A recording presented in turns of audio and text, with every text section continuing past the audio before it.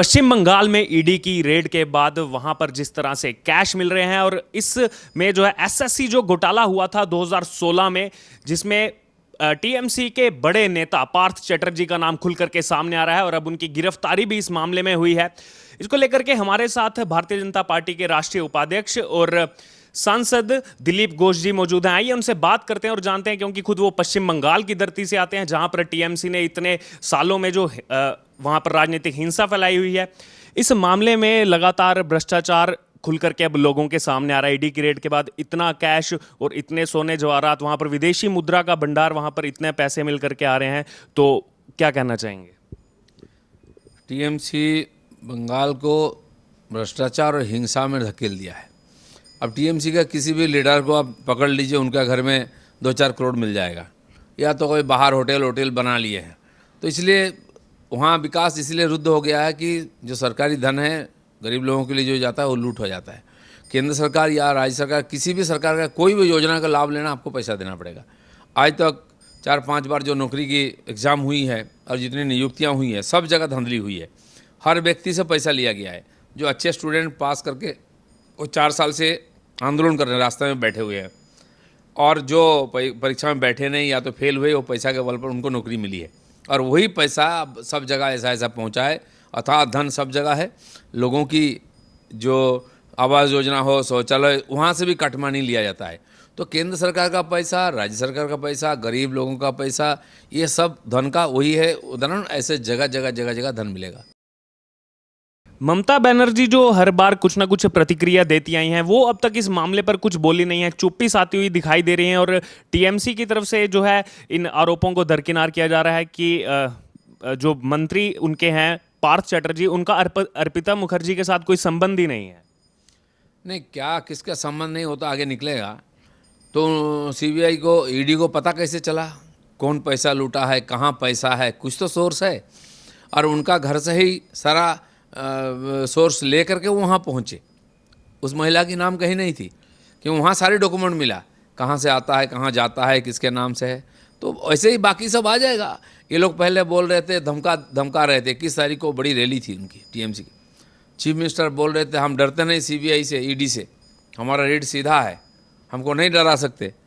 और जब दूसरे दिन छापा मारना शुरू हुआ तो उनका एक मंत्री बोलते हैं कि हमारा कोई नेता का, कोई मंत्री का, किसी का भी कोई शारीरिक मानसिक कोई नुकसान हो तो हम छोड़ेंगे नहीं सीबीआई की, ईडी को।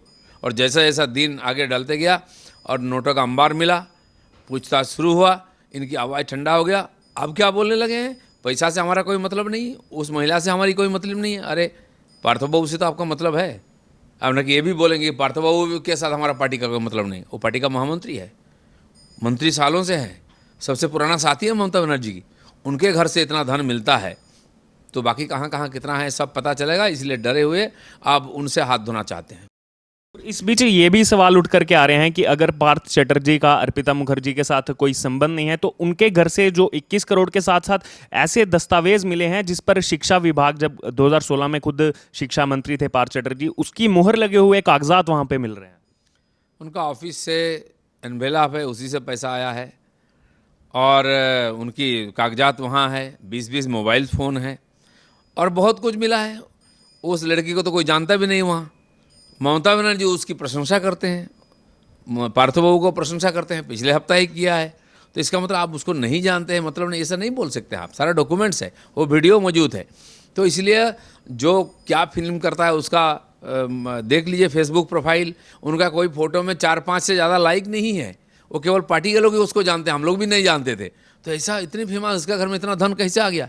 अब अभी तक जितना प्रॉपर्टी मिली है 70-75 करोड़ का उसका कीमत होगा, और भी सोना और विदेशी मुद्रा जो है वो उसका भी कितना होगा वो तो पता चलेगा। 2 सप्ताह पहले उनका एक जिला प्रेसिडेंट का जो बॉडीगार्ड है, एक पुलिस कांस्टेबल है, उसको पूछताछ करके, नेता को पूछताछ करके उसका नाम मिला, उसको पूछताछ करके 150 करोड़ का प्रॉपर्टी मिली है। तो आप कल्पना कर सकते हैं कितना धन अवैध रूप से लोग रखे हैं।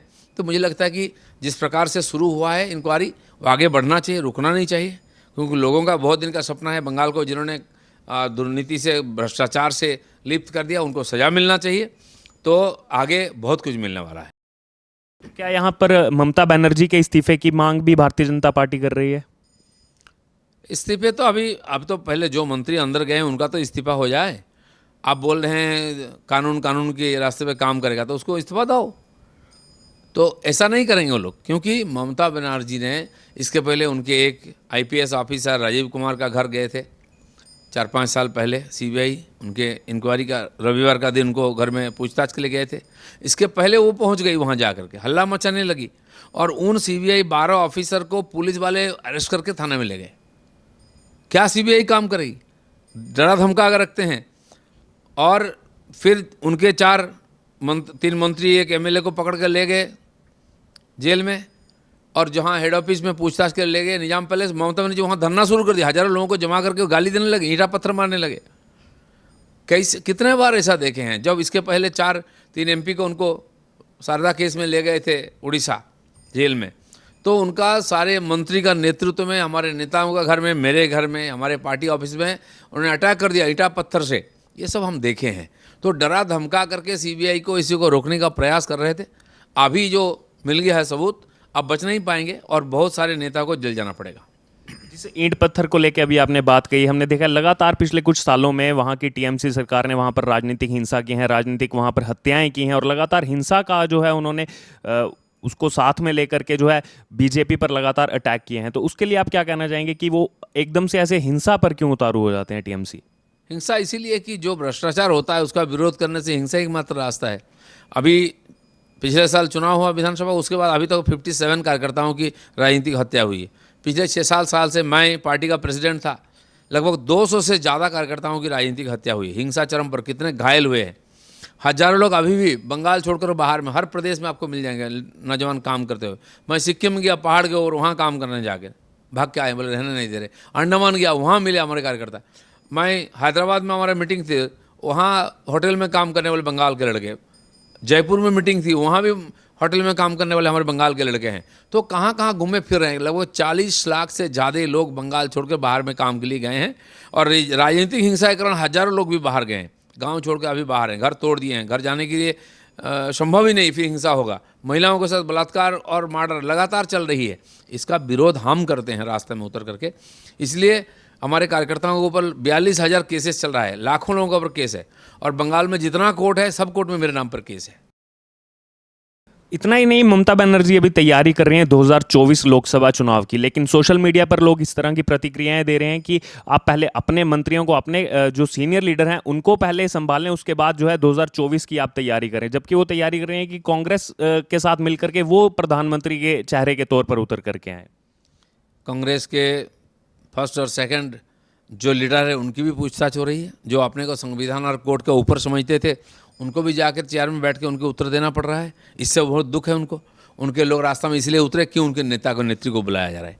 वहाँ भी ऐसे ही है। इसके पहले उन्होंने आगजनी की है, 1-2 नेता और अंदर जाएंगे तो वहाँ भी इस प्रकार हिंसा शुरू हो जाएगा।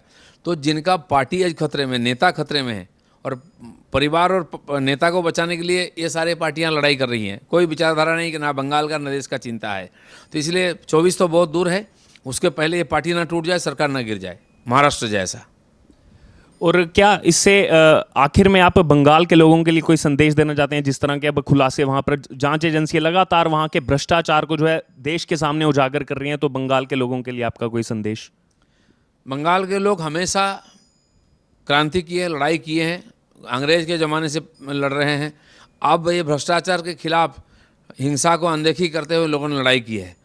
अभी तो हमारे ऊपर अत्याचार होता था, अभी बंगाल के सामान्य लोगों के ऊपर अत्याचार हो रहा है। आप लोगों को मालूम, बीरभूम में 10 लोग, 2 बच्चे और 7-8 महिलाओं को जिंदा जला दिया गया। वो सारा संख्यालघु थे। ऐसे कई जगह में महिलाओं के साथ बलात्कार, मार काट, सामान्य लोगों के ऊपर अत्याचार, लूट खसोट चल रहा है। तो मैं बोलना चाहूँगा बंगाल के लोगों को, आप चिंता मत करिए, आप लड़ाई जारी रखिए, हम आपके साथ हैं। बलिदान देना है तो हम देंगे पहले, लेकिन बंगाल को सुधार के रखेंगे। तो ये थे हमारे साथ भारतीय जनता पार्टी के राष्ट्रीय उपाध्यक्ष और बंगाल से आने वाले लोकसभा सांसद दिलीप घोष, और इन्होंने जो है वहाँ के लोगों को कहा है कि हम जो है पहले हैं, आपसे पहले हम जो है बलिदान देने के लिए तैयार हैं। इस ममता सरकार के खिलाफ आप बिल्कुल भी जो है इनसे डरने का मतलब नहीं है। और जिस तरह से ईडी और सीबीआई ने अपनी नकेल कसी हुई है, तो आने वाले दिनों में और भी मंत्रियों के और भी विधायकों के इस तरह के घोटाले खुल करके सामने आएंगे।